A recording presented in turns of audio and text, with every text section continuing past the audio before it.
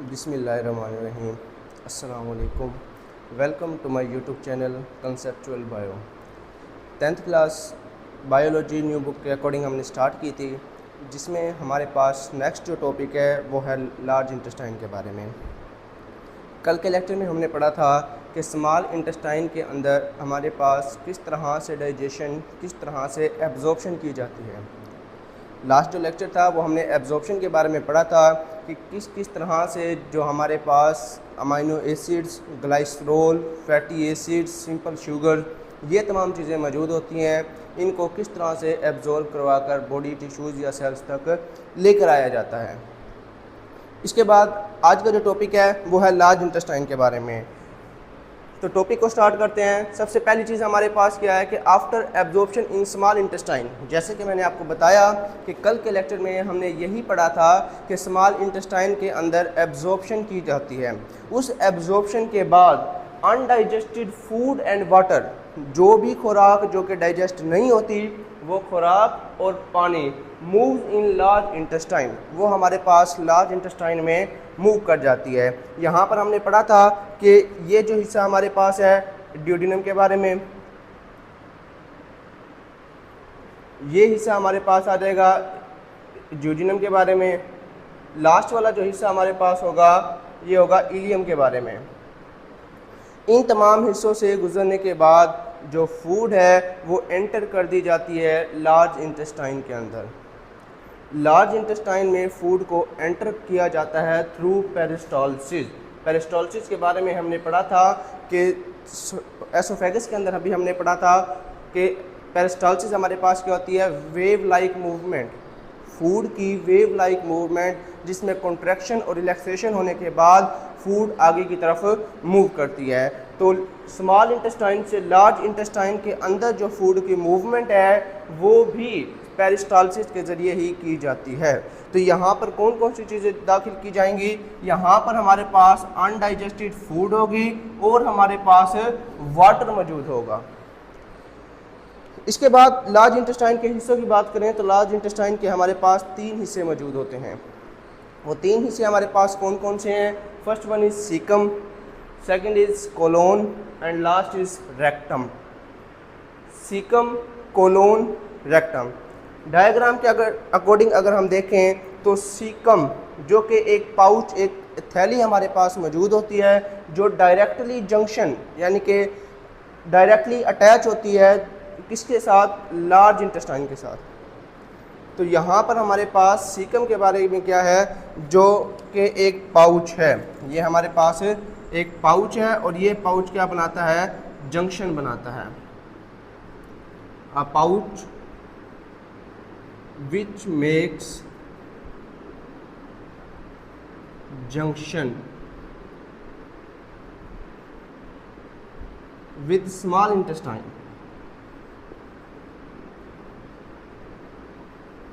ये हमारे पास small intestine के साथ जंक्शन बनाएगा, यानी कि अटैचमेंट करेगा। स्मॉल इंटेस्टाइन जैसे ही ख़त्म होगी, स्मॉल इंटेस्टाइन के ख़त्म होने के फ़ौरन बाद हमारे पास सीकम स्टार्ट हो जाएगा। सीकम के नीचे आपको ये जो हिस्सा नज़र आता है इसे हम नाम देते हैं अपेंडिक्स का, जिसके बारे में हमने प्रीवियस लेक्चर के अंदर भी बात की थी। इसके बाद सेकंड हमारे पास होती है कोलोन।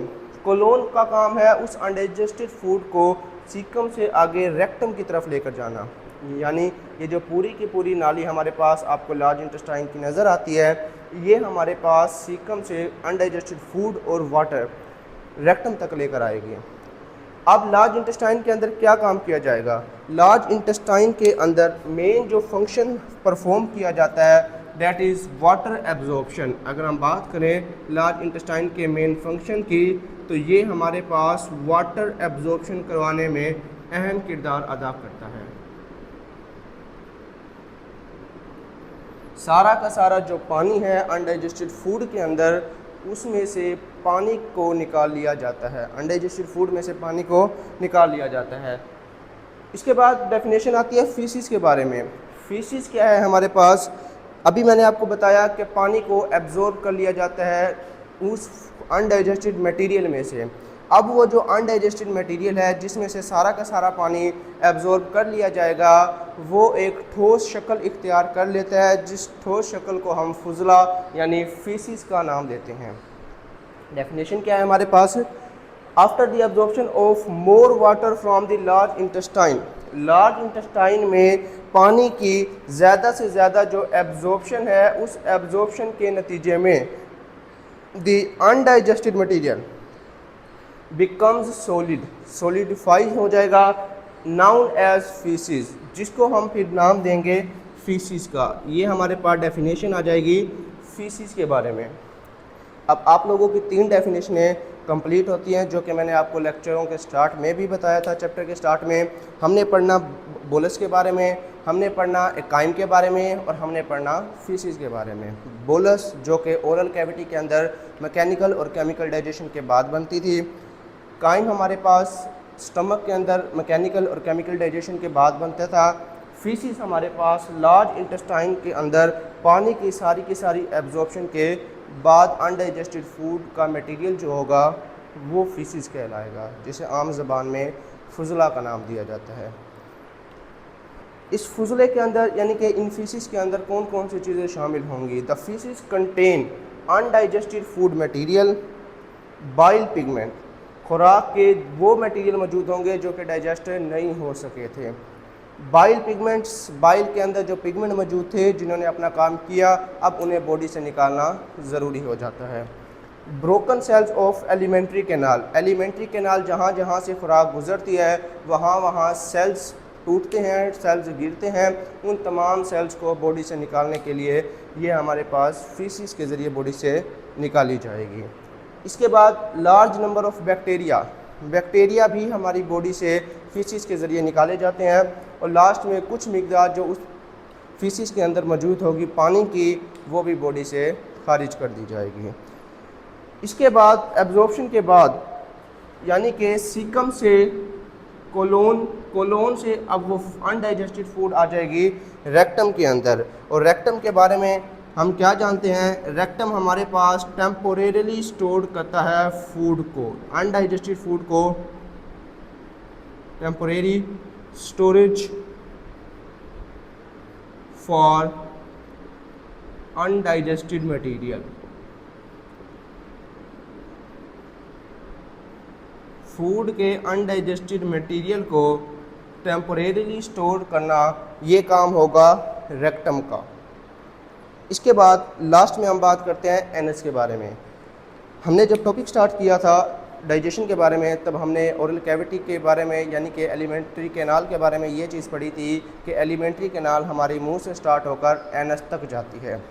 तो लास्ट आपका जो पॉइंट आएगा वो एनस के बारे में है। और अगर हम न्यूट्रिशन वाले यानी कि डाइजेशन वाले प्रोसेस को गौर से सुने तो वहाँ पर हमने ये चीज़ देखी थी कि सबसे पहली हमारे पास जो चीज़ है that is ingestion, second is digestion, third is absorption, fourth is egestion. दरमियान में हमारे पास एसिमिलेशन आती है, जो कि काम था सेल्स के अंदर उन न्यूट्रिएंट्स को लेकर जाना। यानी कि लास्ट जो आपके पास पॉइंट आएगा डेट इज़ इजेशन, खुराक का उस अनडाइजेस्टेड फूड का बॉडी से निकालना through the anus is known as egestion. Egestion हमारे पास क्या है? अनडाइजेस्टेड फूड जो बचती है, the process in which faeces are expelled out from the body through anus. Anus के ज़रिए बॉडी से अनडाइजेस्टेड फूड यानी कि फीसिस को निकालना, ये अमल हमारे पास कहलाता है इजेशन। तो उम्मीद है यहाँ तक आपको लेक्चर की समझ आ गई होगी।